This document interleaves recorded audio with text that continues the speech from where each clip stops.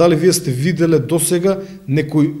истакнат член на припадниците на безбедносните сили од полиција или од армија да излезе со одредена изјава? Тоа се некои маргинални личности кои што од лични ситни профитерски интереси настапуваат во име на некакви здруженија на бранители зад кои што стои ВМРО ДПМН. Доказ за што беше емисијата Патот кон на Алсат, кога уредникот и водител на таа емисија Зекири се јавил во едно од овие здруженија, мислам дека се викаше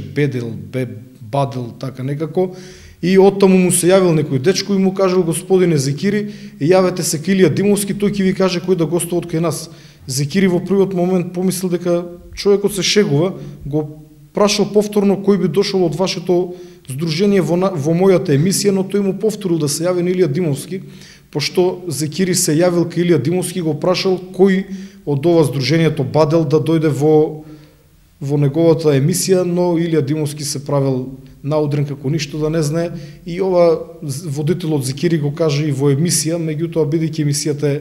на Алсат, не знам колку е гледана и колку јавност е запозната со овој случај.